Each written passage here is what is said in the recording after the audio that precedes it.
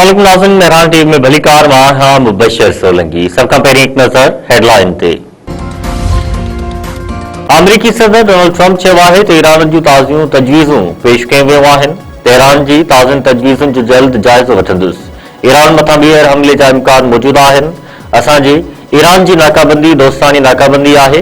Media सां ॻाल्हाईंदे Donald Trump वधीक चयो आहे त ईरान सां असांजी ॻाल्हियुनि जी सलाहियत लामहदूद आहे। कांग्रेस जा कुछ मेंबर असांजी ॻाल्हियुनि जी सलाहियतुनि खे महदूद करणु चाहिनि था। ईरान चयो आहे त ट्रंप ईरानी जहाज़नि ते कब्ज़े खे सामूंडी फुरलुट करार ॾिनो आहे। अमरीकी सदर सरेआम चयो त उन्हनि सामूंडी फौरन जो रवैयो इख़्तियार कयो आहे। उहो रुॻो ज़बान तिरकण न पर ॾोह जो इतराफ़ आहे। ईरानी परॾेही तर्जुमान इस्माइल बकाई चयो आहे त आलमी बिरादरी आलमी कानूननि जी भञकड़ी खे रद्द करे। चीन 5 ऑयल रिफाइनरीज़ मथां अमरीकी पाबंदियुनि खे रद्द करे छॾियो। चीनी हुकूमत चयो आहे त कंपनियूं पाबंदियुनि ते अमल न कनि। परॾेही वज़ारत जो चवणु आहे त चीनी कंपनियुनि मथां पाबंदियूं कानून जी भञकड़ी आहिनि। अमरीका फ़ैसिले ते अमल दरामद नथो कराए सघे। अमरीका ईरानी तेल ख़रीद करण ते चीनी कंपनियुनि मथां पाबंदियूं लॻायूं। सदर आसिफ अली ज़रदारी चयो आहे त एहतिसाब ऐं शफ़ाफ़ियत लाइ आज़ाद सहाफ़त ज़रूरी आहे। आज़ाद मीडिया क़ौम जी मज़बूती जी अलामत आहे। सहाफ़त जे आलमी ॾींहं ते पंहिंजे पैगाम में सदर आसिफ अली ज़रदारी चयो आहे त सोशल मीडिया जो गैर ज़रूरी इस्तेमाल ॻणती जोॻो आहे। मज़बूत मालूमाती निज़ाम अमन ऐं इस्तेहकाम लाइ ज़रूरी आहे। वज़ीर आज़म शहबाज शरीफ़ पंहिंजे पैगाम में चयो आहे त भारत ख़िलाफ़ जंग में क़ौमी मीडिया भरपूर किरदारु अदा कयो।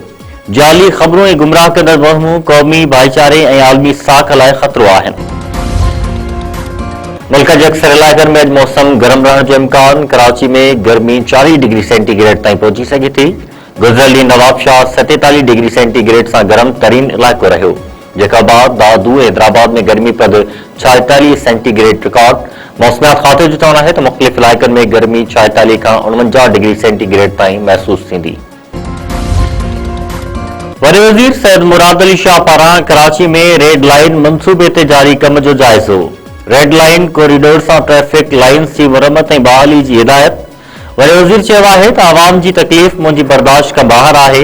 रोड अहिड़ो हुजे जो ट्रैफिक रवानी सां हले। जिथे ज़रूरी हुजे बैरियर हटाए रोड खे वेकिरो कयो वञे।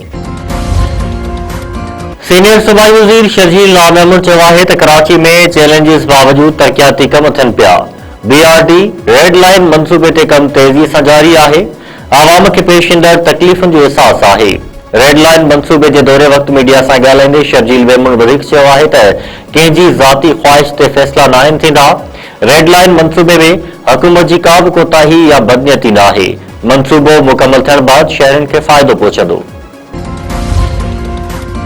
खुराक खाते जे सूबाई वज़ीर मखदूम महबूब ज़मा चयो आहे त खुराक खाते में करप्शन या बदउनवानी बर्दाश्त न कई वेंदी। सूबे अंदरि कणिक जे ज़ख़ीरनि जी सख़्त निगरानी कई पई वञे। पंहिंजे बयान में मखदूम महबूब ज़मा वधीक चयो आहे त एंटी करप्शन अमलदारनि सां गॾु कार्रवाइनि जो सिलसिलो तेज़ कयो वियो आहे। उन्हनि क़दमनि जो मक़सदु कणिक जी सरकारी ज़ख़ीरनि में शफ़ाफ़ियत खे यकीनी बणाइणु आहे। पाकिस्तान सुपर लीग जो फाइनल अॼु लाहौर में थींदो। पेशावर ज़ल्मी ऐं हैदराबाद किंग्स में आमो साम्हूं। ॿई टीमूं कामयाबी लाइ पुरजोश। फाइनल मैच खां अॻु पुॼाणी जी रंगारंग तक़रीब थींदी। आतिफ असलम, आयमा बेग, आरिफ लोहार समेत नालेवार फनकार फन जो मुज़ाहिरो कंदा। वज़ीर आज़म शहबाज शरीफ़ फाइनल मैच लाइ बहितर इंतज़ाम करण जी हिदायत करे छॾी। पाकिस्तान सुपर लीग जो फाइनल खटींदड़ टीम खे $5 लख मिलंदा। पाकिस्तान क्रिकेट बोर्ड इनामी रक़म जो ऐलान करे छॾियो। PCB मूजिबि PSL जे रनर्स अप टीम खे $2 लख मिलंदा। मीरपुर ख़ासि वीडियो जवाबदारनि नौजवान खे कुआड़ियूं हणी क़त्ल करे छॾियो। ॻोठ अला वरायो शोरो में वाड़े ते सुतल दिलमुराद शोरो बेदर्दीअ सां क़त्ल। पुलिस पहुची लाश तहवील में वरितो।